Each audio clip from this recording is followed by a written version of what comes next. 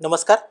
आज आपण तमिळ साहित्यामधलं इलियड म्हणून ओळखलं जाणाऱ्या सिलप्पदिकरमविषयी माहिती घेऊयात. जसं रोमन महाकाव्यामध्ये इलियड आणि ओडिसी हे दोन महाकाव्य समजली जातात, तशी तमिळमधील संगम साहित्यामध्ये सिलप्पदिकरम आणि मणिमेखलाई ही दोन महाकाव्य समजली जातात. त्याच्यातील पहिलं जे महाकाव्य होतं ते इलिंगो आदिगाल यांनी लिहिलेलं सिलप्पदिकरम नावाचं पहिलं महाकाव्य होतं, की जे संगम प्रेरणेतनं निर्माण झालेल्या साहित्यापैकी पहिलं महाकाव्य समजलं जातं. आता हे जे इलिंगो आदिगाल होते हे चेर नरेश म्हणजे चेर राजा सेनुगुट्टवन यांचे बंधू होते असं काही इतिहासकारांचं म्हणणं आहे. काहींचं म्हणणं आहे ते सेनुगुट्टवन यांचे नातू होते, परंतु जनरली मान्यता ही सेनुगुट्टवन यांचा बंधू असल्याची आहे. तर इलिंगो आदिगाल यांनी जे सिलप्पदिकरम हा महाकाव्य लिहिलं त्याची कथा आज आपण जाणून घेऊयात. ही कथा आहे 3 लोकांची. यामध्ये कोवलन नावाचा पुहारमधला एक धनी व्यापाऱ्याचा मुलगा आहे, दुसरा कन्नगी नावाच्या त्याच पुहारमधील एका दुसऱ्या धनी व्यापाऱ्याची पुत्री आहेत, आणि तिसरा माधवी नावाच्या एक नर्तिका आहे.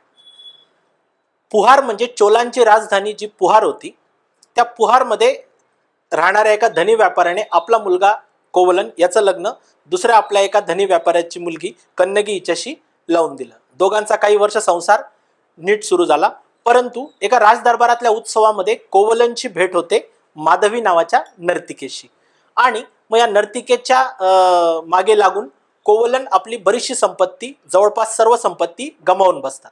आणि मग त्यानंतर त्यांना दोघांना असं वाटतं, कन्नगी आणि कोवलन यांना, कारण अगोदर कोवलन हे माधवीकडे सर्व संपत्ती नष्ट झाल्यानंतर जेव्हा जातात त्यावेळेला ती त्यांना नकार देते आणि हाकलून लावते. मग पश्चातापदग्ध झालेले कोवलन कन्नगीकडे येतात, आणि मग त्याच्यामध्ये कन्नगीकडे फक्त एक पैंजणांची जोडी उरलेली असते, ज्याला आपण नुपूर किंवा पायल असं म्हणतो.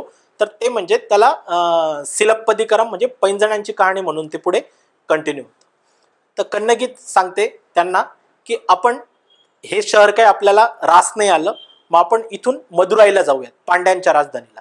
सिलप्पदिकरमचे 3 कांड किंवा 3 खंड आहेत. त्याच्यामधलं पहिलं कांड आहे पुहार कांडम, दुसरं कांड आहे मदुराई कांडम, आणि तिसरं कांड आहे वंजी कांडम, की ज्याच्यामध्ये चोलांच्या राज्यात पहिली कथेचा पहिला भाग घडतो पुहारमध्ये, ज्याला कावेरीपट्टणम म्हणून पण ओळखतात. पांड्यांच्या राज्यामध्ये दुसरा भाग घडतो ज्याला मदुराई कांडम म्हणतात, जी मदुराई ही पांड्यांची राजधानी होती. आणि तिसरा भाग घडतो उत्तरार्ध, तो म्हणजे चेरांच्या राजधानीमध्ये जी वंजी होती, तर त्या ठिकाणचा वंजी कांडम. तर मग कोवलन आणि कन्नगी हे पुहार सोडून मदुराईला यायला निघतात. रस्त्यामध्ये त्यांना काविंदी नावाच्या जैन भिक्षुणी भेटतात, आणि मग त्या जैन भिक्षुणींसोबत प्रवास करत करत प्रश्न उत्तर विचारत ते मदुराईला येऊन थांबतात. मूलतः सिलप्पदिकरम हा जैन धर्माची माहिती सांगणारा किंवा जैन धर्माचं गुणगान करणारा एक जैन ग्रंथ आहे असं आपण म्हणू शकतो. मदुराईला आल्यानंतर त्यात पैंजणांपैकी एक पैंजण घेऊन कोवलन हे शहरातल्या एका जवाहिऱ्याकडे ते विकायला जातात.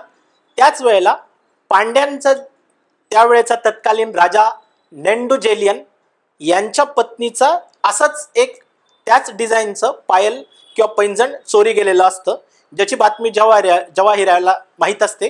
त्याला वाटतं की कोवलन हाच तो चोर आहे. मग तो राजाच्या लोकांना बोलवतो, आणि राजाचे लोक म्हणजे कोतवाल आणि त्यांचे अधिकारी ते पाहिल्यानंतर, पैंजण पाहिल्यानंतर अधिक शहानिशा न करता कोवलनला मदुराईच्या रस्त्यांवरच तलवारीने त्याचे तुकडे करून मारतात. ही बातमी जेव्हा कन्नगी यांना कळते तेव्हा कन्नगी ह्या आपलं उरलेलं पैंजण घेऊन राजदरबारात जातात. नेंडुजेलियनला सांगतात तुझ्या पत्नीला बोलव, आणि राणीला सांगतात की हे पैंजण तुझं आहे का. मग राणीने नकार दिल्यानंतर नेंडुजेलियन जो संगम साहित्यामधला एक न्यायी राजा म्हणून प्रसिद्ध आहे, तो प्रचंड पश्चातापदग्ध होतो पांड्य राजा, आणि मग त्या पश्चातापदग्धतेमध्येच ग्लानी येऊन तो त्या ठिकाणी त्याचा मृत्यू होतो. म्हणजे पांड्य राजाला आपल्याकडनं झालेल्या अन्यायाबद्दल एवढा पश्चाताप होतो की तो त्यामध्ये त्याचा मृत्यू होतो. कन्नगी या मदुराई शहराने आपल्या पतीची हत्या केली असा विश्वास कन्नगींना असल्या कारणास्तव त्या राजदरबारातल्या राजवाड्यावरती उभं राहून संपूर्ण मदुराई शहराला जळून जाण्याचा शाप देतात, आणि मग मदुराई शहर हे जळू लागतं. मग मदुराई मधल्या ज्या काही शहर देवता असतात त्या प्रकट होतात आणि कन्नगींना सांगतात की तुम्ही तुमचा शाप मागे घ्या. मग कन्नगी तो आपला शाप मागे घेतात, आणि मग तिथून निघून त्या तिसऱ्या शहराकडे जातात, त्या म्हणजे चेरांच्या राज्यामध्ये जातात.